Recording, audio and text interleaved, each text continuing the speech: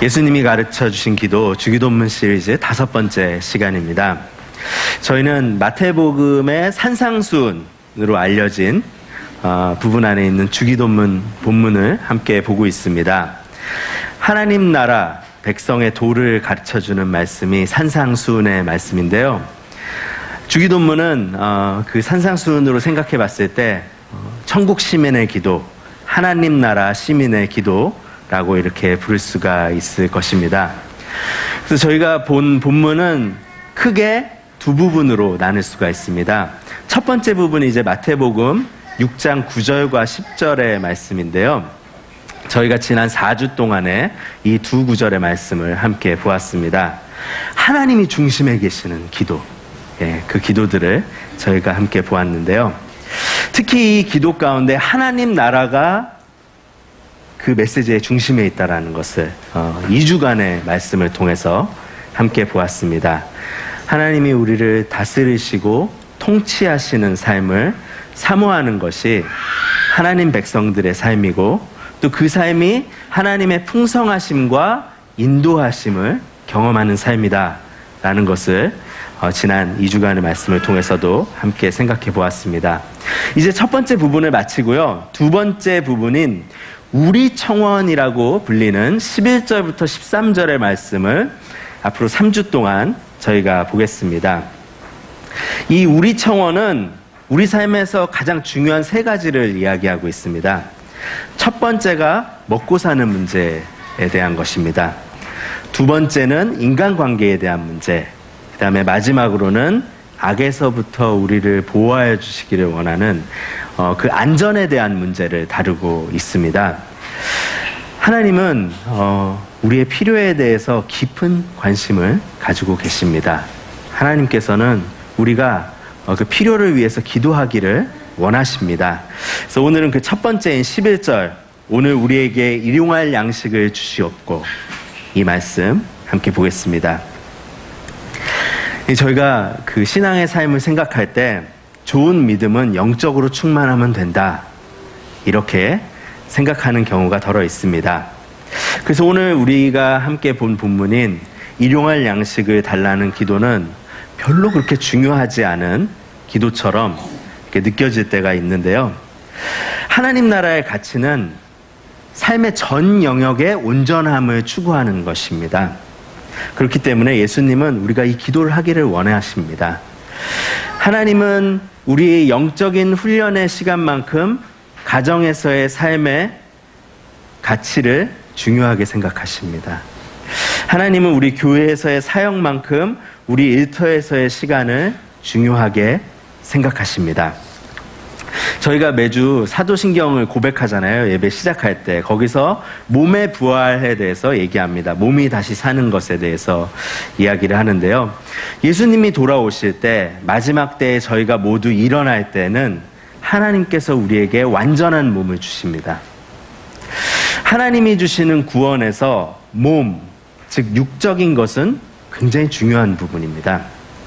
하나님 나라의 가치는 그래서 저희 삶의 전인적인, 홀리스틱한 그 건강을 추구하게 되는 것이죠. 먼저 생각해 봐야 될 거는 일용할 양식의 의미입니다. 오늘 본문에서 이제 일용할 양식을 주옵시고 이렇게 얘기하는데, 영어로는 daily bread라고 이렇게 써져 있습니다. 매일 먹는 빵으로 번역이 되어 있는데요. 근데 저희 한국 사람들에게는 매일 먹는 밥이 더 가까운, 의미와 가까운 번역이라고 볼 수 있습니다. 그러니까 일용할 양식을 주옵시고는 한국인 버전으로는 하나님 매일 밥 주세요, 이 기도입니다. 직역을 하게 되면은요. 근데 저희가 살고 있는 호주의 삶을 한번 생각해 보십시오.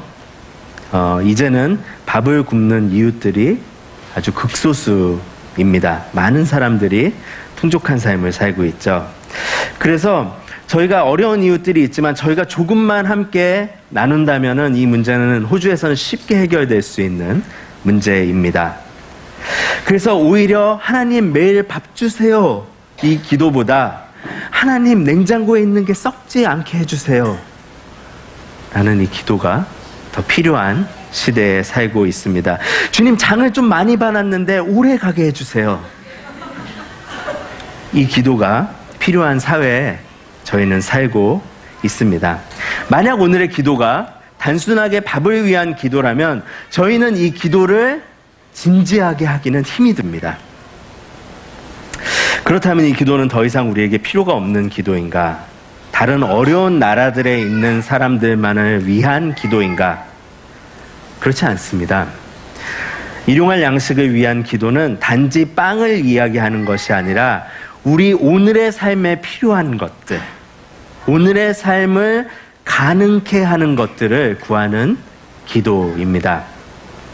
그래서 마틴 루터와 존 스토트 목사님 같은 분들은 이 양식을 음식뿐만 아니라 우리의 건강, 또 오늘의 날씨, 좋은 환경과 집, 가족들, 안전한 정부, 평화, 또 우리의 정서적인 건강, 이런 것들 모두를 포함한다고 이렇게 이야기하였습니다. 오늘의 삶을 영위하기에 필요한 것으로 이렇게 해석을 했습니다. 사실 이 일용할 양식을 주시옵고는 구약의 한 장면하고 연결이 돼요. 어떤 장면이냐면요, 요한복음 6장을 보면은 예수님께서 오병이어의 사건을 통해서 많은 사람을 먹이시거든요. 그때 자신을 내가 생명의 떡이다 라고 이렇게 말씀하셨습니다. 그러면서 이스라엘이 광야에서 일용할 양식인 만나를 먹었던 그 경험에 대해서 예수님께서 이야기를 하십니다. 이 경험이 이제 출애굽기 16장에 적혀 있는데요. 16장 4절의 말씀을 저희가 함께 읽어보도록 하겠습니다. 시작. 그때 여호와께서 모세에게 이르시되 보라, 내가 너희를 위하여 하늘에서 양식을 비같이 내리리니 백성이 나가서 일용할 것을 날마다 거둘 것이라. 이같이 하여 그들이 내 율법을 준행하나 아니하나 내가 시험하리라. 아멘. 출애굽기 16장은 이스라엘이 광야에 있는 것이 배경입니다. 이스라엘 백성이 종되었던 애굽에서 하나님께서 그들을 구출하시고 홍해를 건너서 들어간 곳은 광야라는 곳입니다. 윌더네스. 이 광야에 들어간 인구가 최소 200만 명 정도로 추산을 합니다. 그 당시에 얼음만 싸움할 수 있는 장정만 60만이 넘었기 때문에 이제 200만으로 최소 추산을 하는데요. 이들은 광야에서 스스로 먹을 것을 구할 능력이 없었습니다. 그때 하나님이 전에는 먹어보지 못한 식량을 아주 독특한 방법으로 주셨는데요. 만나라는 양식입니다. 그래서 안식일을 제외한 아침에 이스라엘 백성들이 나가보면은 땅에 하얗게 만나라는 음식이 깔려 있었습니다. 이 일용할 양식은 생명에 필요한 것을 주시는 하나님의 손길이었습니다. 저는 한 번도 광야를 가본 적이 없습니다. 경험해 본 적이 없죠. 근데 요새 정말 한번 가보고 싶은 곳이 있다면은 이 광야입니다. 자료와 사진을 통해서만 광야를 보았는데 볼수록 더 가보고 싶습니다. 광야를 한번 생각해 보시기 바랍니다. 광야는 낮에는 빛이 너무나 뜨거운 곳입니다. 그늘도 없는 곳이 광야입니다. 마시고 씻을 물도 잘 없는 곳이 광야입니다. 메마른 곳입니다. 밤에는 또 따뜻한가? 그렇지 않다고 합니다. 밤에는 온도가 많이 떨어지고 모래바람이 휘몰아치는 곳. 광야는 또 매우 척박한 곳입니다. 풀이 없어 목축도 할 수가 없고 농사도 지을 수가 없는 곳. 또 안전하지도 않습니다. 저녁이 되어서 또 다른 시간에 전갈이 나와서 나를 언제든지 물 수 있는 곳이고 뱀이 출몰하는 곳이 광야입니다. 다른 민족이 이스라엘을 공격했을 때 지켜줄 성벽 하나 없는 곳, 그곳이 광야였습니다. 광야는 그런 곳입니다. 이 광야에 처음에 들어갔을 때 이스라엘이 딱 하나 의지할 수 있었습니다. 하나님의 손길. 이 하나님의 생명에 필요한 것들을 공급하시지 않으면 죽는다라는 것을 누가 말해주지 않아도 이스라엘 백성은 다 알고 있었습니다. 하나님께서 신실하게 하나님의 백성들에게 공급하셨습니다. 안식일을 제외한 아침마다 만나를 주셨습니다. 그래서 이 만나라는 이름이 뜻이 뭐냐면요, 이스라엘 백성들이 먹어보니까 이게 맛있는 거예요. 그래서 영어로 이제 What is this? 이게 뭐지? 이 히브리어의 뜻이 만나입니다. 네, 그래서 이 만나를 주셨는데, 또 후에는 고기를 먹고 싶어하는 이스라엘의 백성들을 위해서 메추라기를 주셨습니다. 안식일을 제외한 매일 저녁에 주셨습니다. 이들은 광야에서 하나님의 살아계심과 공급하심을 온몸으로 배웠습니다. 광야에서 생긴 영성이라고 할 수 있습니다. 그뿐만이 아닙니다. 광야에서 물이 없는 이스라엘을 위해서 물을 공급하시고, 적이 오면 적을 물리쳐 주시고, 밤에는 따뜻한 불기둥으로, 낮에는 시원한 구름기둥으로 이스라엘을 인도하셨습니다. 광야에서 하나님은 신실하게 이들의 필요를 채우셨습니다. 이 광야에서 하나님의 신실한 손길로 살아가고 있는 이스라엘 백성들은 당연히 하나님을 높여드리고 하나님을 의지하는 삶을 살아야 마땅했습니다. 그런데 이들은 반대로 하나님께 불순종하고 하나님께 의지하지 않기 시작합니다. 하나님의 이들의 삶에 필요한 것들을 채우시는 것을 당연하게 생각하기 시작합니다. 이들은 광야에서 하나님의 선하신 손길을 바라보는 눈을 잃어버리기 시작했습니다. 광야의 영성을 잃어버리기 시작하는 것이죠.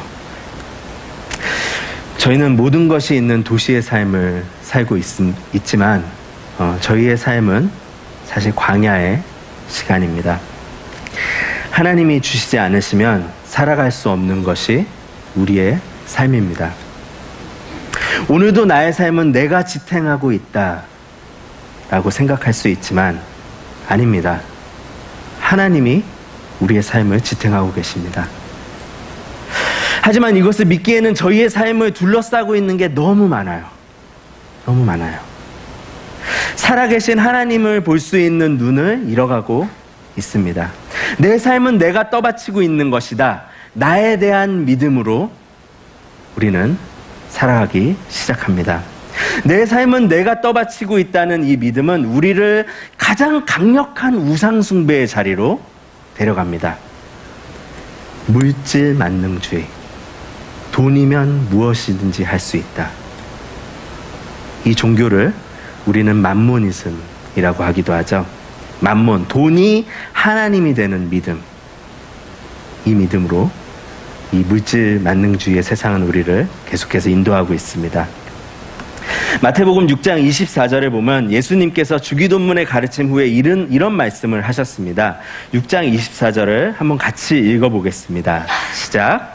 한 사람이 두 주인을 섬기지 못할 것이니 혹 이를 미워하고 저를 사랑하거나 혹 이를 중히 여기고 저를 경히 여김이라.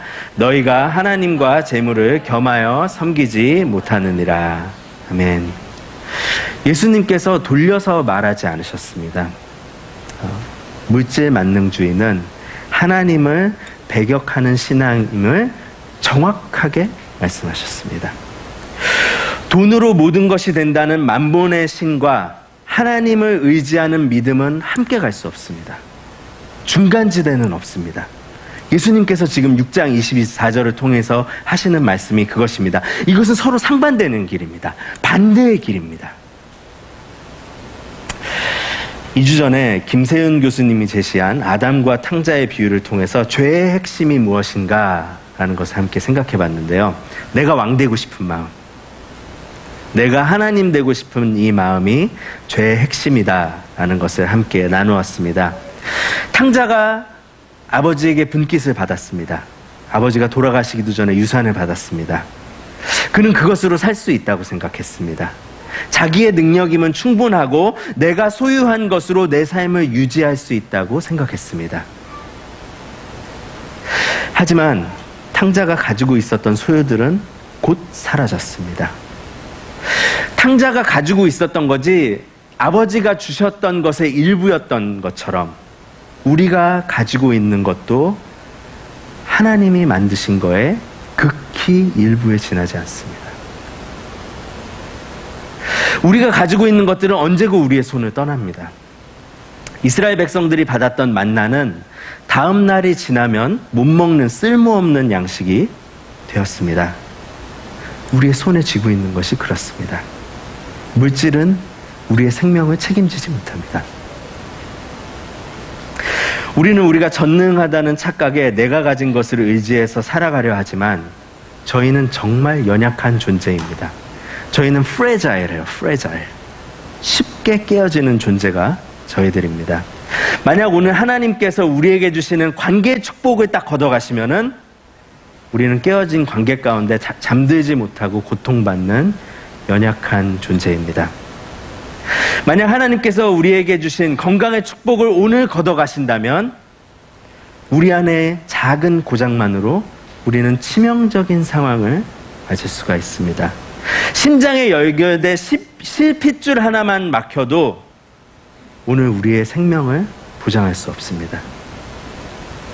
나를 그렇게 자신만만하게 했던 내 소유들 순식간에 사라질 수 있습니다.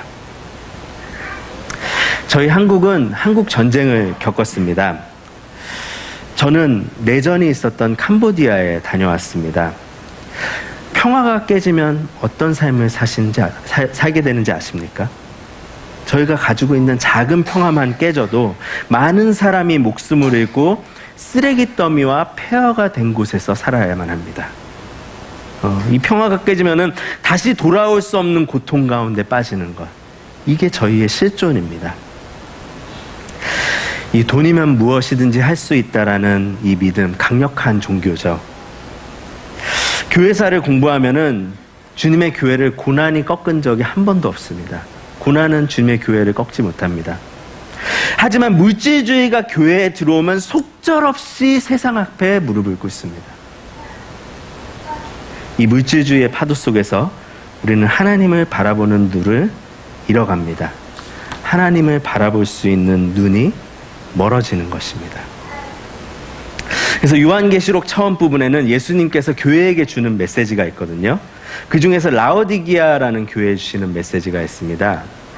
너희가 차지도 않고 뜨겁지도 아니 그 미지근한 것을 내가 뱉어내리라 라고 이렇게 유명한 그것으로 알려진 유명한 말씀인데요.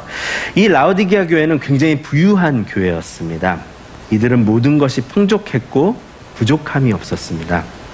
그 부유한 교회에게 예수님이 이 메시지를 주셨습니다. 요한계시록 3장 17절의 말씀입니다. 제가 읽어드리겠습니다. 내가 말하기를 나는 부자라 부유하여 부족한 것이 없다 하나 내 곤고한 것과 가련한 것과 가난한 것과 눈먼 것과 벌거벗은 것을 알지 못하는도다.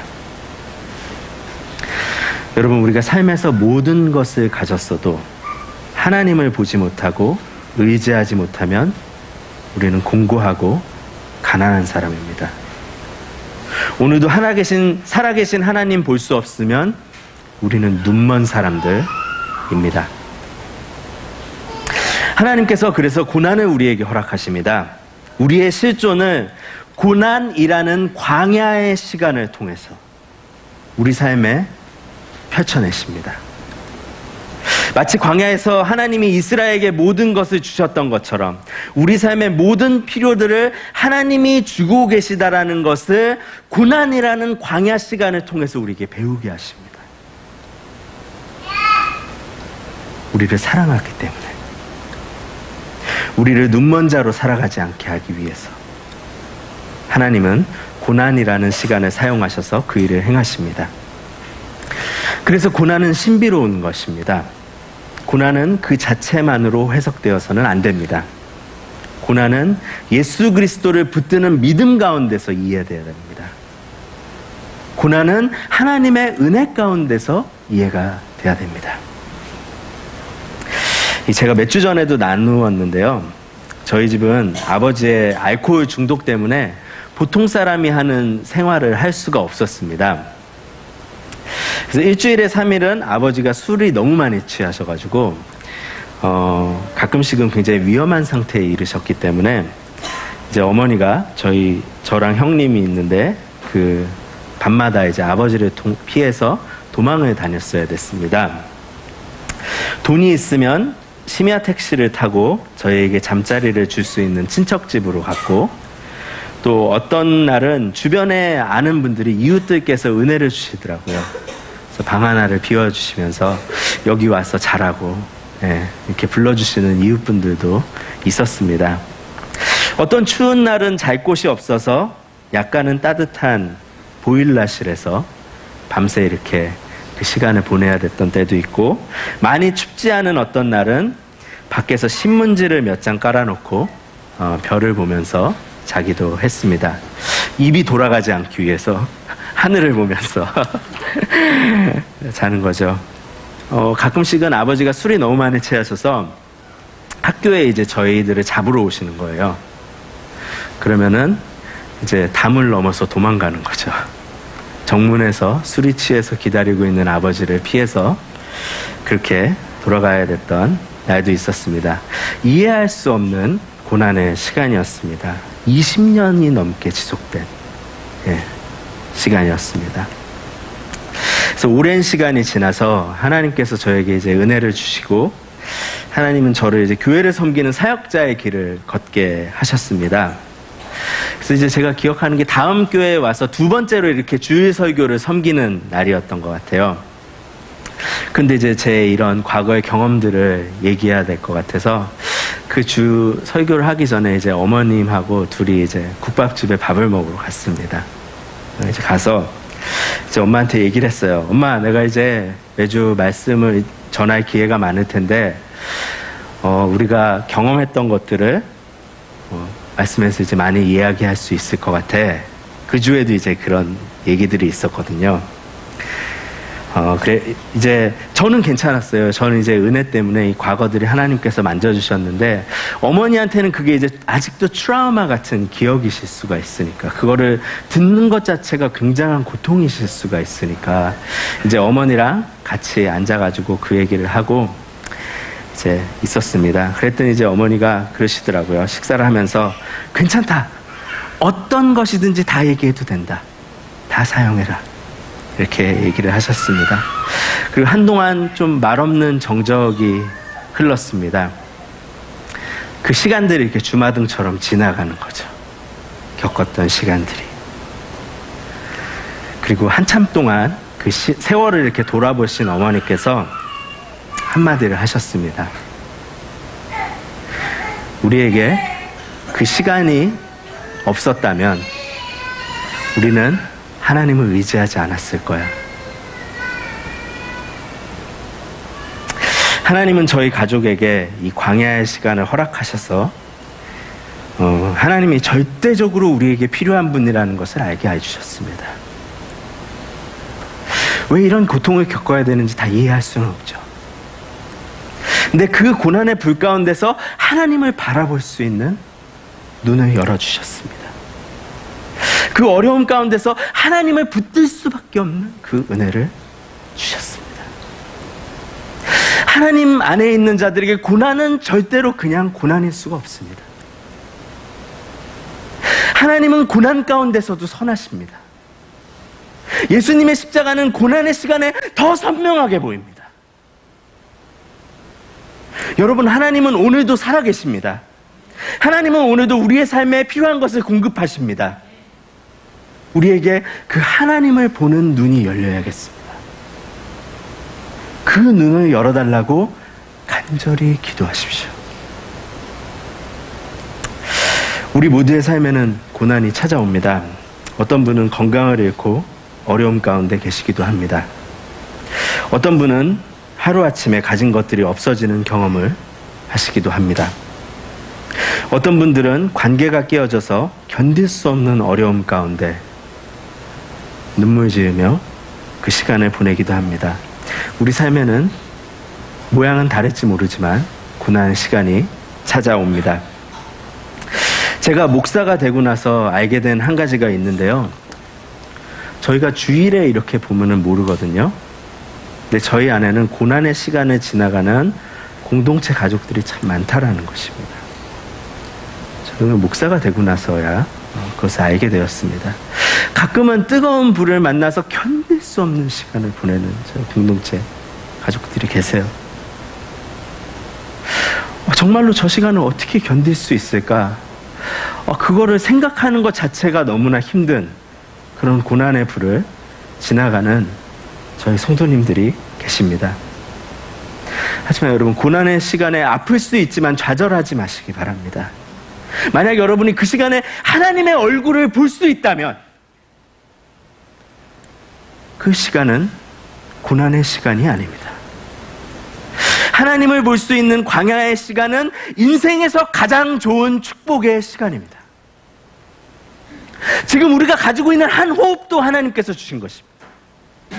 내 삶을 붙들고 계시는 분은 하나님이십니다.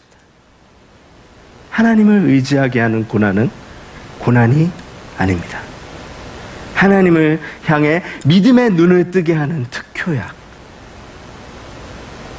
그것이 고난입니다. 그래서 오늘 저희가 본 일용할 양식을 주시옵고는 저희 삶에 둘러싸고 있는 물질주의를 대적하는 기도예요. 내가 가진 게 아니라는 거예요. 내 힘이 아니라는 거예요. 하나님께서 내 삶을 붙들고 계신다는 거예요. 그 신앙을 회복하라는 거예요. 만몬의 신앙에 무릎 꿇지 말라는 거예요.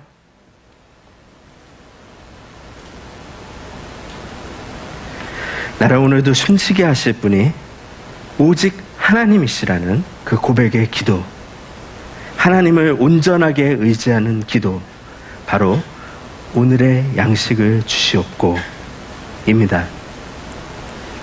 여러분, 오늘 무엇을 의지하시기로 결단하시겠습니까? 우리가 가지고 있는 것들입니까? 무엇을 의지하고 계십니까? 하나님이 아니면 만나와 같다라는 것을 기억하십시오. 썩어 없어질 것입니다. 오늘 하나님만 의지하기로 결단하십시오. 여러분, 오늘 저희가 가족 예배로 예배 드리고 있습니다. 오늘 저희 자녀들에게 무엇을 남겨주시겠습니까? 무엇을 유산으로 주시겠습니까? 하나님을 의지하는 믿음의 유산을 남겨주십시오. 하나님만 붙드는 믿음의 기도를 남겨주십시오. 하나님만 바라보는 믿음의 시선을 남겨주십시오. 여호수아의 고백처럼 오직 나와 내 집은 여호와를 섬기겠다 라는 믿음의 고백을 우리 다음 세대들에게 남겨주십시오. 그 믿음의 유산보다 저희 다음 세대에게 필요한 것은 없습니다. 하지만 이 믿음을 가지면서 저희 안에 한 가지 오해는 없어야 합니다. 이 기도는 아무것도 하지 않을 테니 하나님께서 먹여주세요의 기도가 아닙니다. 지난주에도 함께 봤듯이 노동은 신성한 것이고 하나님의 디자인입니다. 죄가 들어오기 전에 하나님께서는 우리에게 노동을 선물로 주셨습니다. 노동을 통해 얻는 굉장한 기쁨이 있습니다. 노동의 기쁨도 저희가 하루를 살아가는데 필요한 그 한 가지입니다. 돈도 마찬가지입니다. 하나님께서 모든 창조물을 창조했을 때 it is good, 좋다고 말씀하셨습니다. 하나님께서 만든 물질들은 모두 좋은 것입니다. 오늘 기도는 노동을 통해서 얻는 것이 우리의 하나님이 되지 말게 하라는 것입니다. 오늘 기도는 우리에게 하나님께서 은혜로 허락하신 것들을 하나님으로 만들지 말라는 뜻입니다. 이 모든 것들을 하나님께 영광 돌리는 일에 사용하라는 것입니다. 이것을 허락하신 하나님께 감사하고 하나님을 의지하라는 그 말씀이 오늘의 말씀입니다. 말씀을 마치겠습니다. 우리의 풍요한 삶 가운데 하나님을 의지하고 바라보는 눈을 지킨다라는 것은 어쩌면 이제 정말 어려운 시대로 들어왔습니다. 미션 임파서블과 같은, 모든 것이 우리를 둘러싸고 있고 이 물질들이 나의 삶을 지켜줄 것만 같은 그 메시지들이 범람하는 홍수처럼 우리에게 매일매일 들려지는 이곳에서 그 이스라엘이 처음에 경험했던 광야의 영성을 지킨다라는 것은 너무나 어려운 일입니다. 그래서 이 주기도문의 기도가 참 중요한 것 같아요. 주님, 오늘 우리에게 일용할 양식을 주시옵소서. 이 하나님을 의지하는 이 믿음을 버리지 않게 하여 주시옵소서. 모든 것을 채우시는 이 하나님을 바라보는 이 눈을 잃지 않게 하여 주시옵소서. 예수님께서 산상수훈을 가르치기 시작하시면서 팔복의 메시지를 주셨습니다. 팔복 첫 번째 메시지 마태복음 5장 3절의 말씀인데요. 저희가 좀 한 목소리로 함께 읽어보도록 하겠습니다. 시작. 심령이 가난한 자는 복이 있나니 천국이 그들의 것이며. 심령이 가난한 자는 복이 있나니 천국이 그들의 것이며. 나의 삶을 붙들고 계시는 하나님을 볼 수 있다면 우리의 삶에서 천국은 시작됩니다. 오늘 내가 가진 것에 의지하지 말고 가난한 마음으로 하나님 찾아가십시오. 한 주 동안. 하나님이 아니면 안 됩니다. 하나님 제가 정말 필요합니다. 하나님의 도우심이 없으면 한 주간은 살아갈 수가 없습니다. 그 가난한 마음으로 한 주간 하나님을 찾으십시오. 그때 하나님을 볼 것입니다. 그때 천국을 경험하는 한 주를 살아가실 것입니다. 그 한 주 살아가는 모든 다음 가족 되시기를 바랍니다. 기도하시겠습니다.